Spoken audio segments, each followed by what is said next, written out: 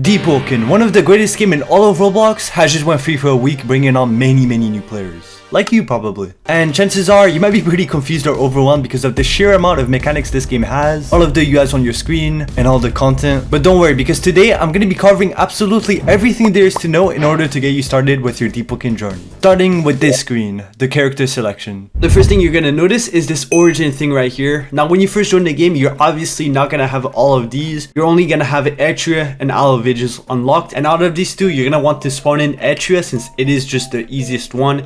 It is the best place to start for beginners, so I recommend that you spawn in Attuiment. Moving on, you might notice that my character probably doesn't look like yours. And that reason is aspects, also known as races. Now there's a lot of races in this game. Some of them are useless while some of them are quite helpful. But even those that are helpful are not actually that helpful. As it says right here, aspects are mostly cosmetic, so don't spend too much Robux on them. But moving on to the starting weapon, you're not gonna have all of those. You're only gonna have 3 of those, which is Stiletto, Sword, and Battle Axe. In this game, there's 3 weapon types, which all have their own strengths and also their own downsides. Light weapons, which swing very quickly, however they don't do that much damage and also don't have that much range. Heavy weapons, which deal the most damage and have the most range, but they have the lowest swing speed. And medium weapons, which keep a great balance of everything. Those are the 3 weapon types, but they also have subclasses, like medium weapon, which has spears, heavy weapons, which have great swords, light weapons, which have pistols. There's a lot of subclasses in this game and I can't cover all of them right now. But whichever weapon type that you want to go with is your choice. They are all pretty strong in their own regards. They have their own strengths, their own downsides, and I would say that they are all pretty balanced. Me personally, I like medium weapons, so I'm gonna start in with a sword. Moving on to the attributes section, which is actually one of the most important sections. There are 2 things, attunements and core attributes. What attunements are is basically your magic, your elements. These are all of the attunements in the game, but you're not gonna have all of them. You're only gonna have either Gale Breath,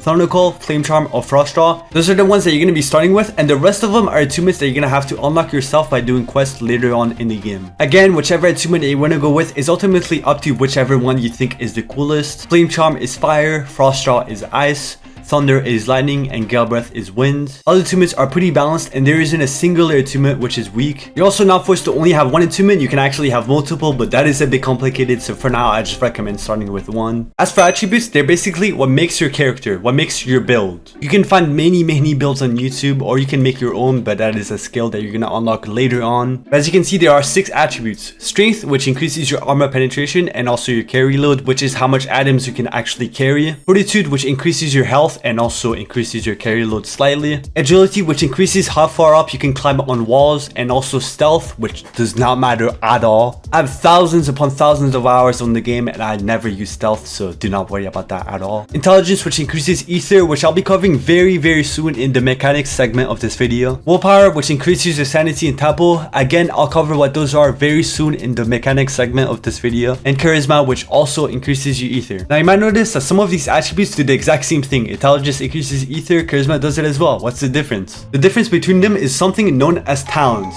Talents are cards that you receive when you level up. They give you bonuses and are limited to how many points you have into an attribute. As an example, if I have 20 points into agility, once I level up, I'll receive a talent known as kickoff, which increases how far up you can climb up walls. Don't worry about how you actually level up. I'll cover that very soon, so don't even worry about that. Now for your first ever build, it does not matter what build you do. Just have fun on the game, learn how the game is played. And eventually there's going to be a point where you're going to have to make proper builds, but that is going to be way later on in the game, so don't worry about that at all for now. And again, I'll cover how to train your attributes and level up very soon when we're actually in the game, so make sure to stay tuned. But now let's move on to the boons and flaws section. Boons are upsides of your character and flaws are obviously downsides. Now when you pick a boon, it's going to force you to go with a flaw, or else it's not going to allow you to spawn in. Now I personally recommend that you go Autodidact and Survivalist. As for the flaws, Manic actually does not do that much, so I recommend that you go Manic, and Squeamish is also not that noticeable. In my opinion, those are the best flaws that you can go with, so I recommend those. Moving on, Echo modifiers. Now before I explain what those are, I'll explain what echoes actually are. Basically, when your character wipes, you gain echoes based on how much progress you've made.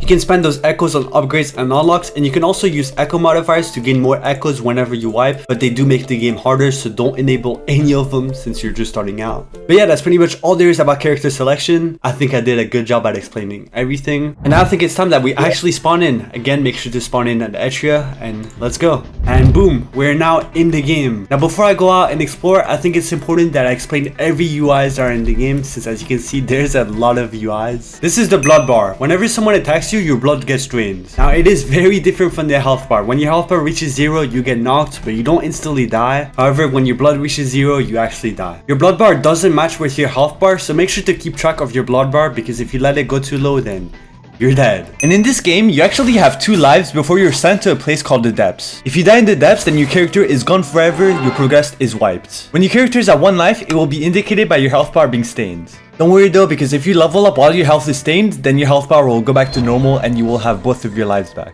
Moving on, these two are the thirst and hunger bars. Pretty self-explanatory. If it reaches 0, then you start dying, and you just have to eat food and drink to fill it up. Next up is the health bar. When it reaches 0, then you get knocked. And when someone is knocked, you can choose to either execute them, also known as gripping, or you can carry them on your shoulders. Now to actually heal, you have to sit at campfires, which you can either craft or just find scattered around the map. Sitting at campfires also increases your blood bar, but if your blood bar is low, it starts draining your hunger or thirst at the same time, so make sure to keep track of that. Next up is the big blue bar, which is the ether bar. Ether in Deepwoken is basically your mana. To actually use spells, which are known as mantras, you need to use ether. And make sure to remember this, mantras are spells in this game, and whenever you use a mantra, it drains up some of your ether, and when you have 0 ether, you obviously just cannot use any mantras. Below that is the tempo bar, which is used to increase your ether regeneration. Whenever you engage a fight with someone, it will fill you up at 100% tempo, and it will slowly start going down. And to actually increase your tempo, all you have to do is just engage with your opponent. Next up, below the health bar is the armor bar. Now that doesn't really matter right now since you don't have an armor, also known as outfits in this game. But once you do have an outfit, this bar right here is going to be fully white. Whenever you get hit, it loses durability, and once it reaches 0, your outfit is completely useless. And above the health bar is the posture bar. Now in this game, there are 3 core mechanics for the combat. Blocking, which you do by holding F. Parrying, which you do by pressing F at the exact moment an attack is about to hit you. And dodging, which you do by pressing Q. What all 3 of those are is defense mechanics, and they're essential to your Deepwoken journey, as that is how you defend yourself from damage. Now the reason I bring them up as I mentioned posture is because whenever you hold F to block,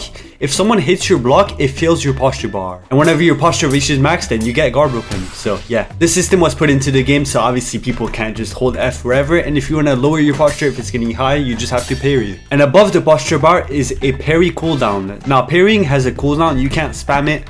If you miss your parry, you have to wait until the cooldown is up to parry again. If you try to parry while your parrying cooldown is active, then it's just not gonna let you parry, it's gonna make you block. So yeah, that's the gist of the Deepwoken combat mechanics. They're pretty easy to understand, but they are very hard to master. Think of it as chess, you know, easy to understand, but very hard to master. And you will get better at them as you play through the game. Oh yeah, and I forgot to mention it, if your parry is on cooldown, then you want to dodge instead to dodge an attack. Dodging is basically what you use when your parrying is just not on cooldown. Moving on, below the armor bar is the cooldown for everything, dodging, parrying, and blocking. But honestly, that is something you're just not going to notice because it is so tiny and your eyes are just not going to look at that. So I'm not sure why that is in the game. Moving on, the 2 things in the bottom right are notes, which you use to buy items in the game. This is the game's currency, notes. And knowledge, which is used to reroll for talents and mantras way later on in the game. Now when you first spawn in, you're gonna have 0 of both of them. You're not gonna have any of them. I have some because of an echo upgrade. To get notes, you just want to sell items to NPCs known as antiquarians. And for knowledge, you just get a knowledge every time you power up. Now to drop notes, you just have to click on it. And for the sake of this guide, I'm gonna drop all the notes I have so we're on the same square. We both have 0 notes. Finally, on the top is the return to the menu button. I heavily recommend that you use this whenever you see a player that you think is gonna attack you. You just return to the menu. Do not leave by using the Roblox menu, because if you do that, it like kind of lingers you in the game. And this game has a combat tag system. You cannot leave in combat or else you die. So if you leave using the Roblox menu, there's a chance it just makes you die. So make sure that every time you want to leave, you use return to the menu. Next up is the settings bar, and this has way too much stuff, so I'm not gonna cover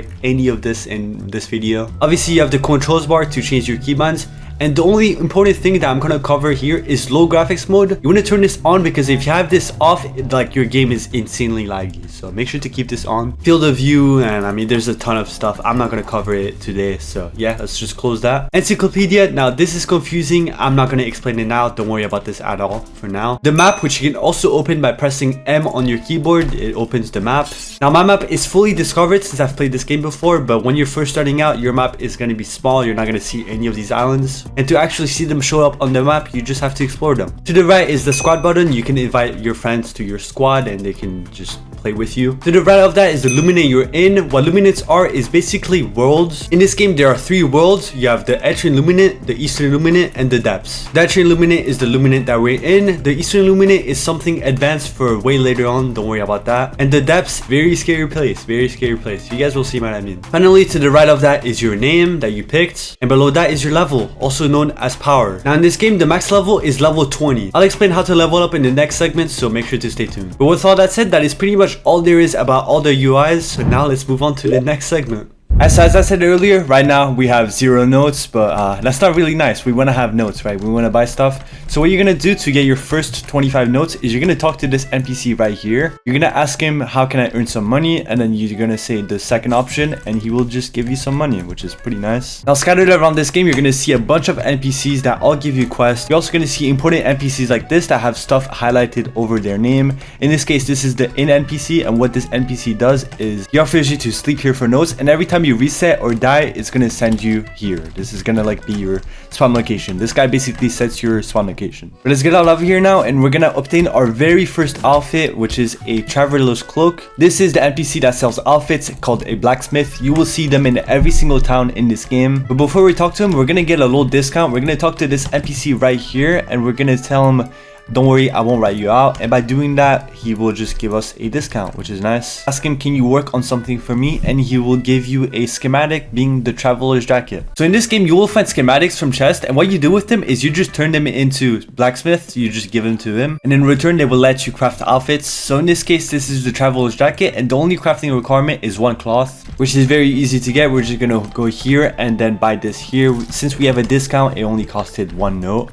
Now we're going to talk back to him, and then we're just going to click craft. And just like that, we have our first outfit. You can also see the statistics of the outfit. In this case, this one has 10% physical and 1000 durability, which means that it doesn't take that much hits to break. It doesn't mean it's going to take 1000 hits to break. It just means like 1000 durability. But let's get out of here now, and we're gonna get even more notes by talking to this NPC right here in the middle of the white tree. You're just gonna want to spam his dialogue, spam 1, and then he will give you a gold ring just like that. And what we're gonna do with this gold ring is we're gonna head over to the antiquarian right here, and we're gonna sell it for notes, which is kind of scummy, but yeah. So yeah, just interact with the antiquarian, and now hover over the item you want to sell and just left click sell, and just like that, you sell it for notes. This applies for every single item in this game, and this is the main way of making notes. So yeah, now there's many things you can do with notes, but one of them is these gear cabinets that you will find across the map.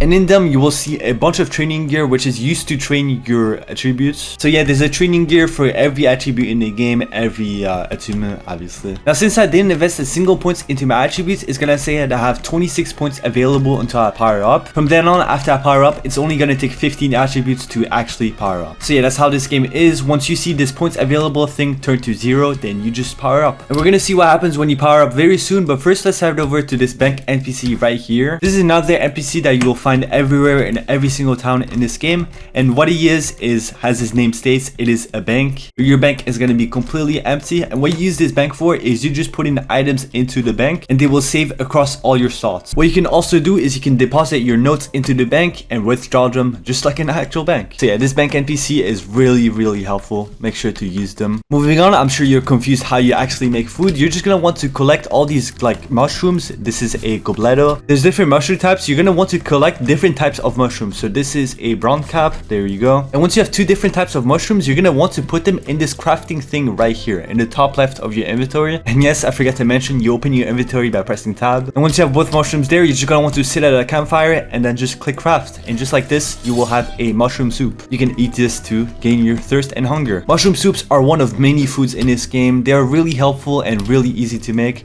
There's also this NPC right here. Sorry, not this NPC. There's also this NPC right here in this building, which sells you food. He sells you mushroom biscuits, mushroom omelets, and yeah, this NPC is really helpful. There's also a guild hall right here. This is kind of complicated. I won't explain it today. I mean, it's just where you like make guilds, all that stuff. But that's really all there is to say about Etris. This is one of many towns in this game, which contains pretty much everything you need. So now let's go ahead and sail over to the starting island known as Eresia. Also, chances are, if you're playing the game, I'm not sure if it's been removed. There's a chance this has been removed just for the free week. But every time, like randomly, there's like an event called Eresia Raid, where you just see a bunch of NPCs fighting. Completely ignore it and walk past them. If you try to fight them, then you will die. So do not bother fighting them. But anyways, these are shipwrights, which is another essential NPC in this game. You talk to them, and with that you can build ships, and ships are, again, it is an essential part of this game. Sailing around is pretty much everything about this game. That is how you get to place A to place B. You have to sail there. So this dinghy is the very first ship that he gives you. We're gonna spawn it, and it's gonna be right here. I forgot to mention this, but you can also press N in front of water to spawn ships without a shipwright, so keep that in mind. Let's go on it, interact with it, and we can now head over to Lower Risia. The ship mechanics are pretty like self-explanatory. Press D to go right, A to go left. Pretty easy. So this is the island of Risia. It is actually split into two parts, Upper Risia and Lower Risia. Upper Risia is for like later on when you're like a bit higher level and more experienced, and Lower Risia is for new players. We're not gonna set sail here. Instead, we're gonna set sail where the question mark is. So this island is where you're gonna learn the game. This is where you're gonna learn the combat. This is where you're gonna do everything as a new player. And randomly, you will encounter what is known as events, which is just a bunch of humanoids together, a bunch of NPCs, and they're gonna try to attack you. So this is where the combat actually starts kicking in. There is random events, and there is also preset events, which in this little town right here, you will see preset guards right there. You will see bandits. Actually, they didn't spawn for some reason, but when you're in this town, usually you're gonna see like a guard here and stuff like that. You will also see a bunch of job boards. Don't actually take any of these because this is Upper Risia. Make sure to only take Lower Risia jobs for now, because otherwise you will just get destroyed. What jobs are is you click on them, and then it's gonna like, I'll just use this one as an example, is there's gonna be a question mark somewhere in the map. This one's very far away, which is why you don't want to take these Upper Risia ones. But once you head over to that question mark, there's going to be a guaranteed event to spawn. You're going to fight it, and then you will get a chest. Chests are not the only thing you get from them. You also get XP, which is used to power up. And I'm not sure if I mentioned it, but the max power in this game is power 20. So right here is our first event. Let's fight them real quick. So these bandits will attack you. They are pretty simple enemies. They only have one attack, which is M1ing, and also using their crit. You just want to time F when they're about to attack you. This is to parry. And keep in mind, you can only attack when it's actually your turn. So after parrying an attack, it is my turn. Just like that. I'm gonna parry. Now it's my turn. Parry, it's my turn. Let's parry this. It's my turn. So that is something that you have to keep in mind. You should only attack when it is your turn. If the enemy parries your attack, it is their turn. If you parry, it is your turn. So yeah, keep that in mind. Only attack when it is actually your turn. Now I made this look very easy because I have thousands of hours on this game, but chances are these bandits are probably gonna mess you up. You're probably gonna die. That is part of the game. Dying is part of the game, so don't even worry about that. But now let's pick up this chest right here. It didn't give us very good loot, but that is fine because we're just gonna sell it. We're gonna head back to this town, or this camp rather, and right here you will see a smuggler NPC. This is just like an antiquarian NPC. You can sell your stuff to him. We're gonna sell these.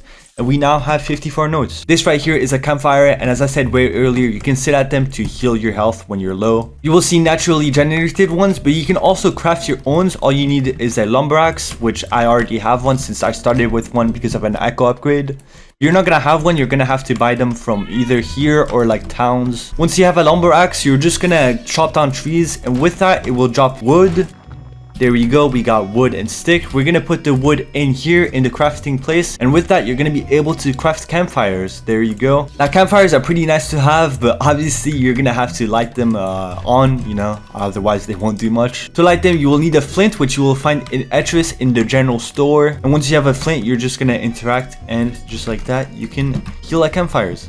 So yeah, this is how you place your own campfires. You make them with wood, you place them down, and then you light them with flint. Flint also has only 15 durability, which you can see right under the thing. You can see 14 out of 15. So yeah, that is something you gotta keep in mind. Once you use all the durability, it just breaks. But now let's head inside this, and we're gonna interact with this gear cabinet right here, and we're gonna buy a dumbbell. Sure, why not? And with this, we're gonna train our strength, get it up a bit, and hopefully we're gonna be able to power up to power 2. So as I said, once your points available reaches 0, then you will be able to power up. And also right under point available, chances are you will also see something called free trainings. What free trainings are basically just free points which you can put into any attribute to train them up for free. I'm gonna put some into strength just so you can see that like what it does. As you can see, I just click and it trains my strength. I'm actually gonna do this all the way until I power it up to 2.